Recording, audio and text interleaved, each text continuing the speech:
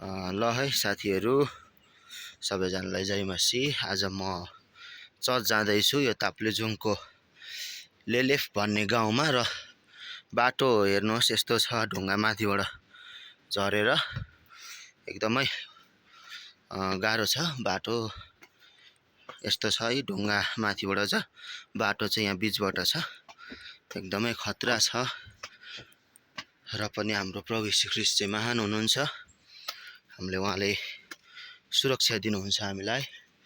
र भन्दै यस्तो छ बाटो चाहिँ एकदमै यो माथिबाट ढुङ्गा झरेर बाटोबाट बिचबाट छ बाटो चाहिँ, यताबाट छैन बाटोहरू। र यस्तो छ गाउँहरू, घरहरू यस्तो छ, त्यो पल्लो अलिअलि घरहरू देखेको हेल्लोक गाउँ भन्छ त्यसलाई चाहिँ।